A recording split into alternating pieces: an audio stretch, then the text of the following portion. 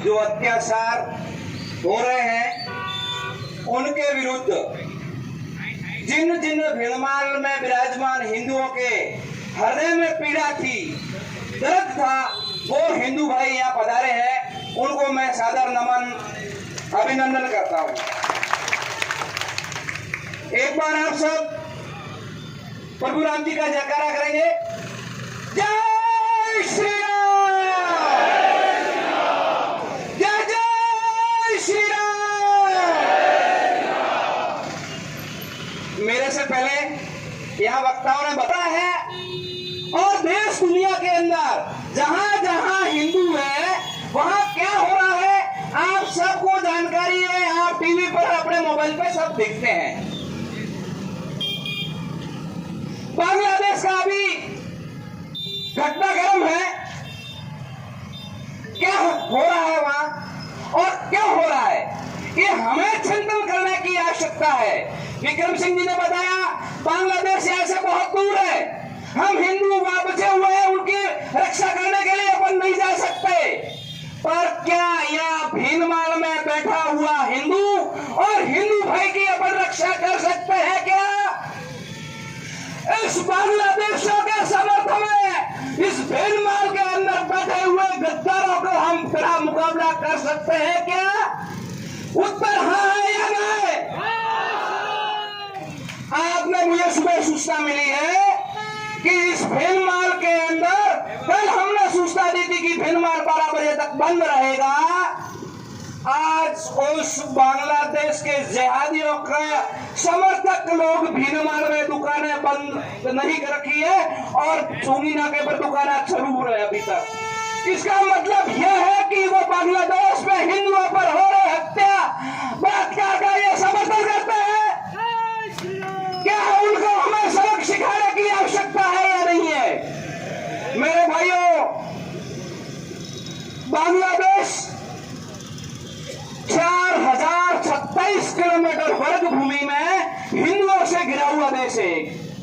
4026 kilometre जिसकी सीमाएं हिंदू देश से लगी हुई है, उसके उपरांत भी वो अपने भाई हिंदू रहते हैं उनके ऊपर अत्याचार कर रहा है। और एक दूसरी तरफ एक इजराइल है और वो चारों तरफ से जिहादी मानसिकता वाले लोगों से घिरा हुआ है। आप अनुमान लगाइए, आप कंपैरिजन करिए, दोनों में कितना अंतर है। वहां अफगानिस्तान माफ करना, इजराइल के अंदर एक जिहादी हमला करता है तो इजराइल वहां के 100 लोगों मारने की ताकत रखता है। ये क्या ताकत अब हिंदुओं के पास में होनी चाहिए या नहीं होनी चाहिए? मेरे हिंदू भाइयों, आपने सोना खूब खरीद लिया, हर साल आप सोना खरीदते रहिए, आप धंधा करते रहिए। मैं आपसे निवेदन करता हूं, करबद्ध निवेदन करता हूं, साल में आप आधा किलो लोहा भी खरीदते रहिए। अगर वो आधा किलो सोना है ना, वो आपकी बहन बेटियों की रक्षा करेगा। आपका खरीदा हुआ सोना है ना, उसकी भी रक्षा होगी। हम बांग्लादेश के हिंदुओं के लिए समर्थन में पूरे भारत क्या पूरा विश्व का हिंदू समाज उद्वेलित है और आक्रोशित है। किसी को मैंने बताया, किसी भाई ने मुझे बताया, इसके लिए हिंदू संगठन विश्व हिंदू परिषद आरएसएस क्या कर रही है, मैं थोड़ा कुछ संक्षिप्त में आपको बताऊंगा। इसके लिए जब भी घटना घटी है, भारत की सरकार पूरी एक्शन मोड में थी और अगर भारत पर केंद्र के अंदर हिंदू हित की सरकार नहीं होती तो बांग्लादेश के अंदर जो आंकड़ा है ना, हिंदुओं को 50% मार दिए जाते, 50% मार दिए जाते।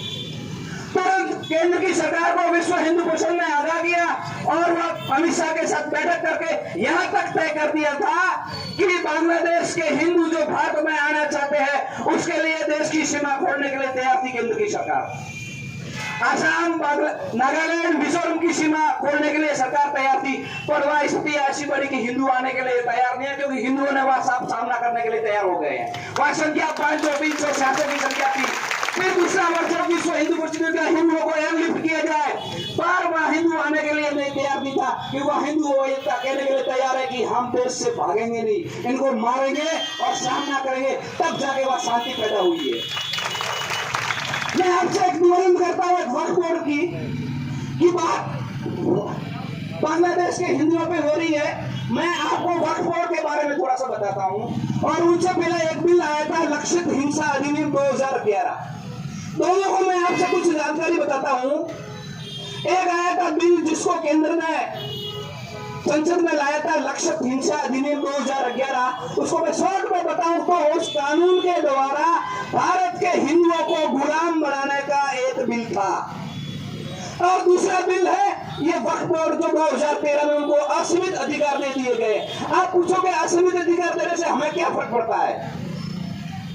उस वक्फ बोर्ड ने आज दिन तक 9 लाख किलोमीटर भारत की भूमि पर कब्जा कर लिया है।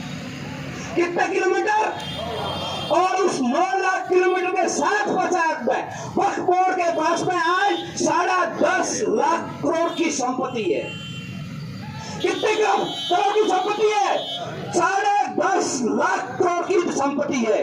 अब आप विचार करेंगे कि उनके पास में अपना क्या फर्क पड़ता है? मेरे हिंदू भाइयों, उस 10 लाख करोड़ संपत्ति का हिंदुओं के ऊपर क्या प्रभाव पड़ता है? हिंदुओं के ऊपर इनका धन का कैसे उपयोग किया जाता है? आपने सुना होगा अपन कोर्ट के अंदर एक वकील रखने के लिए कितनी फीस देनी पड़ती है, और सुप्रीम कोर्ट के अंदर जो वकील बैठे हैं उनको अपने को मिलने के लिए 3-3 महीने की वेटिंग करनी पड़ती है, और उनकी फीस 5 से 10 करोड़ की होती है। आपने सुना होगा एक आतंकवादी की हुई सजा को माफ करवाने के लिए रात को 12 बजे सुप्रीम कोर्ट खुल जाती है, और सुप्रीम कोर्ट इस वक्त कोर्ट के 10 लाख करोड़